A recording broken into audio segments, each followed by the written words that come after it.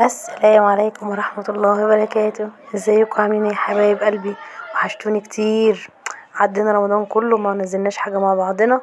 بصراحة ربنا رمضان يومه قصير. على ما بتيجي وتعملي الاكل وتجهزي الفطار وبعد الفطار تقعدي شوية ونشوف الدنيا بعد المطبخ. بجد يوم رمضان هو ما يتعوضش بس بيجري بسرعة جدا. يلا كل سنة وانتم طيبين. ويلا زي ما اتعودنا مع بعض، اللهم صل وسلم وبارك على سيدنا محمد. النهارده بقى حبيت اجرب حاجه جديده، حبيت اعمل مسقعه بالبشاميل. انا ما بعملهاش خالص بصراحه، بس قلت ايه اجربها. يعني انا من النوع اللي بحب الاكل يكون ايه، سبايسي شويه. بس المسقعه البشاميل دي هاديه وهاديه جدا، يعني الناس اللي ما بتحبش الحامي خالص. اول حاجه جبنا البتنجان ورحنا مقطعاه. قطعناه بقى على حسب ما انت عايزه، بس ولا تعمليها تخينه ولا رفيعه. قطعناه شرايح كويس. وبعد ما قطعناه هروح بقى عامله له محلول ميه. وبعدين بقى هعمل له محلول ميه بملح. الميه بالملح دي بجد جميله جدا. ما بتخليكيش تعرفي تحطي ايه، الزيت ما بيشربش كويس. يعني لو احنا مثلا حطينا البتنجان دوت، ما شاء الله انا عملت مثلا حطيت دور واحد بس في الزيت، لان هو البتنجان ميه بملح ما بيشربش زيت. ميه بملح بقى، يعني على قد مقدار البتنجان بتاعك زودي ميه بملح عشان خاطر يكون البتنجان متغطي ميه بملح. وتسيبيه بقى على قد ما تقدري، كل ما تسيبيه اكتر كل ما البتنجان مش هيشرب معاكي زيت. جربوا الوصفه دي والله بجد هتعجبكم قوي، بالاخص في الايام دي لان الزيت غالي. فيا جماعه وفروا في الزيت ووفروا في كل حاجه على قد ما تقدروا. وبعدين بقى هنجيب بطاطستين حلوين هنقشرهم طبعا، ونقطعهم شرايح كده مدوره، بس برضو مش عايزينها رفيعه. وبعد ما نقشر البطاطس هنركنها على جنب، بس نغطيها بميه، ما تنسوش تغطوها بميه عشان ما تسودش معاكم. وتسيبوها برضو شويه اهو، انا كده مغطيها بالميه وحطها في بول على جنب. وهنجيب فلفل، انا بصراحه ربنا ما كانش عندي فلفل كتير، فعندي كام قرن كده. وهي اصلا المسقعه دي بما انها كده كده مش حاميه، فلازم تكون معاكي ايه الفلفل يكون مش حامي. فرحت قطعت الفلفل، قطعته بقى ايه يعني ايه، على قد عقله الصباع كده، مش عايزاها كبيره لان هكون على قد البطاطسايه. ونضفته من البذر عشان ما يكونش حامي. وهنقطعه برضو قطع صغيره. وبعد ما هيتقطع قطع صغيره هوريكم هنعمل فيها ايه كمان. يلا ما تنسيش لو انت اول مره تشوفيني تدعميني وتدوسيلي لايك حلو وتدي تعليق حلو وتدعميني في القناه بتاعتي عشان قناتنا تكبر بيكم مع بعض. بصوا اديني كده جهزت الفلفل، بصوا مقطعه اكبر من العقله بحاجه بسيطه. والبتنجان حطاه في ميه بملح ونقعاه كده شويه. ايه رايكم في منظر الرخامه؟ نسيت اوريكم بقى كمان ده البوتاجاز الجديد بتاعي. انا بقى بالمره قلت بدل كوسه، بدل ما نعمل بقى مسقعه بالبشاميل نعمل معاها صينيه مكرونه بشاميل. ايه رايكم في البوتاجاز؟ البوتاجاز اول لما طلع والله يا جماعه، اول لما طلع راح الزرار بتاع بتاع الشوايه اتكسر. الحمد لله. معايا بقى نص كيلو لحمه هنا، سخنت الحله بتاعتي ونزلت باللحمه على طول. واول لما سخنت معايا كده شويه حطيت لها نقطه زيت صغيره، لان كده كده اللحمه بتنزل الدهن بتاعها. واسيبها مع بعضها، بص هتفك شويه كده. وهكون بقى مجهزه معايا ايه بصلتين ايه مبشورين كويس. هنزل بيها. انا ما بحبش احط البصل على اللحمه يعني على طول، بحس ان هما البصل بيبقى مديها ريحه مش حلوه كده. لكن لما بتشوحي اللحمه على طول الاول، تروح اللحمه منزله الصوص بتاعها اللي فيها العصاره بتاعتها كويس. وادي البصلايه اهو، نزلت البصلايه فرمتها بالكبه. وبعد ما فرمتها في الكبه رحت حطيتها على اللحمه على طول. بصوا اللهم بارك، بجد ريحتها كده تحفه. وهنزل عليها بجزرتين. الجزر ده انا كنت بشرحه حطاه في الفريزر عندي، بما اننا بقى النهارده اول يوم في الشغل فاحنا بنستغل الحاجات اللي في الفريزر، مش قادرين نخرج من بره ونجيب حاجات من السوق، فنستغل الحاجات اللي عندنا. حطينا بقى مكعب سمنه بلدي، زبده بلدي جايه من الشرقيه، ما اقولكوش ريحتها جامده. مجرد ما تحطيها في الطاسه كده تشم ريحه تاني، تحسي انك رحت البلد والله. وحطيت عليها حبه زيت. وهنزل عليها باربع معالق دقيق، على قد السمنه على قد دقيق. 4 معالق سمنه يبقى 4 معالق دقيق، عشان يبقى المعجون بتاع البشاميل اللي معاكي يكون كريمي كده وناعم. قلبناها كويس. ومجرد ما يتحس ان هو اتحمر شويه، تروح نازله عليه بلبن وحبه ميه. ودي البهارات بتاعتي بقى هحطها ايه على على اللحمه بتاعتي. وهنقلبهم مع بعضهم وهنسيب اللحمه كده تتعصج مع نفسها. بص ريحتها اللهم بارك، بجد ريحتها كانت جميله جدا. بجد جربوا الوصفه دي وهتدعوا لي. هي خفيفه بس للناس اللي ما بتحبش الاكل، الناس اللي بتحب الاكل حامي زي حالاتي يعني ممكن تحط حبه شطه يعني. بعدين بقى نعمل معانا مع بعض صلصه.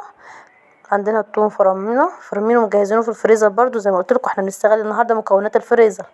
وادي البهارات بتاعتي نزلت على التومه. يلا بقى احنا نتفرج كده مع بعضنا، اللهم صل وسلم وبارك على سيدنا محمد. صلوا على النبي طول ما احنا قاعدين زي ما اتعودنا مع بعضنا كده. كده هتحمر معايا اهي. وهنزل عليها بشفشق طماطم كويس. الطماطم اللي تحت دي هتتسبك واركنها. بصوا برضو البوتاجاز الجديد عامل شغل يا جماعه. لا لا لا، مفيش كلمه مبروك بقى ولا اي حاجه يا مسامه. يلا بصوا ادي الصلصه بتاعتي كده هسيبها، وادي البشاميل. بصوا بقى كريم ازاي.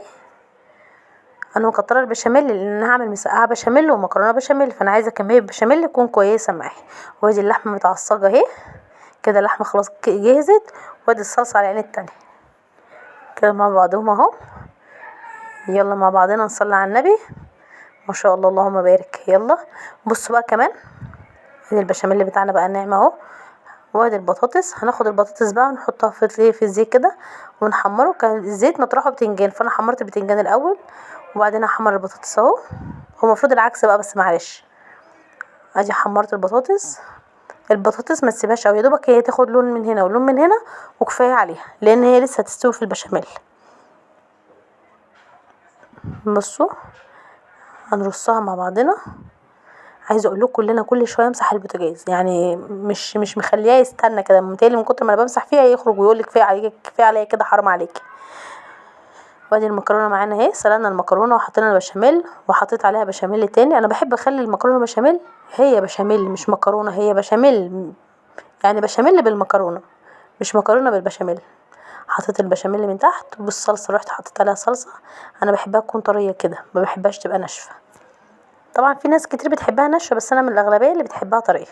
الصلصه وادي اللحمه، واشيل منها ورق اللورا اللي كنت حاطاه عشان ما يخشش في البق بس يبقى طعمه حلو. طب ناخد طعمه بس. وهننزل باللحمه المعصجينه مع بعض. بس اللهم بارك، اللحمه شكلها جميل بجد. وهنحط الرق التاني بتاع المكرونه. طبعا انتوا طبعا كلكم اساتذه في المكرونه البشاميل مش محتاجين، لو حد بيعملها بطريقه تانية يا ريت تعرفوني بقى. وادي البشاميل بتاعنا هنفضيها. بصوا بقى الحركه دي وانا بحط على البشاميل نزلت على البوتاجاز، بجد والله قلبي كان هيقف يا جماعه. استنوا اما امسح، استنى لازم امسحها لازم. احط البشاميل وهرجع امسحها ما تقلقوش مش هسيبها كده. وهنطلع بقى ايه، نلبس الفلفل. يا دوبك تحط الفلفل ياخد تكه كده بس وتطلع. انا عايزه الفلفل يكون اللي فيه عضه كده، مش عايزاه يبقى طري، يبقى عايزاه يبقى فيه عضه كده شويه. بصوا يا دوب خد بس النار كده وخلاص. وعندي بقى صينيه صغيره، انا بجد عشان دي اول مره اجربها فانا عملت صينيه صغيره ما عملتش كميه كبيره يا جماعه. فبرضو اللي عايز حابب يجربها في كميه صغيره، لو حباه يكمل بقى براحته. دي انسه سما يعني كتر خيرها جت تساعدني، يعني حبت ترصلي البتنجان. هي رصينا البتنجان، بتحطي بقى رق بتنجان زي نظام السندوتش كده، رق بتنجان، رق بطاطس، والفلفل بترصيه عليها. وبعدين تحطي اول حاجه البشاميل، وبعدين نحط الحاجات اللي احنا حمرناها مع بعض ماشي. وبعدين هنحط البشاميل ونحط عليها حبه صلصه. بصوا البطاطس وهنرص الفلفل. بصوا الفلفل احنا دوبك مدينه زي ما قلت لكم بس ياخد لون بس كده بسيط. وبعدين ادي نرص الفلفل اهو، وهننزل عليها بالبشاميل وننزل عليها الصلصه. بصوا الصلصه تقيله اهي. معلش الفيديو ده طويل شويه بس والله هيعجبكم. وهننزل باللحمه المفرومه كالعاده، اللحمه اللي متعصجه. بصوا بجد ريحتها هي اصلا كده ممكن تتاكل. هنظبطها كلها وهننزل بقى بالرق التاني وهنحط البطاطس ونغطيها بالبشاميل. بصوا بقى ده منظرها كده جوه الفرن، يا سلام والله قلبي كان معاها وهي في الفرن يا جماعه بجد اللهم صل على النبي. وده شكلها في النهايه. متنسوش بقى لو اول مره تشوفوني تعموني وتدوسولي لايك وتشيروا الفيديو عشان يوصل لكم كل جديد. بصوا الحلاوه يا جماعه. اللهم صل وسلم وبارك على سيدنا محمد. بصوا بقى نقطع من دي المسقعه البشاميل. بصوا اهي هنطلع منها حته. بصوا هي كلها مستويه دايبه، هي بجد دايبه ببعضها. مقولكوش كان طعمها حكايه بجد.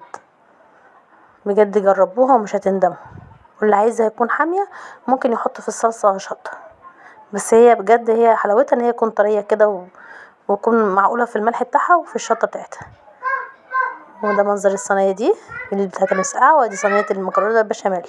اشوفكم على خير والسلام عليكم ورحمه الله.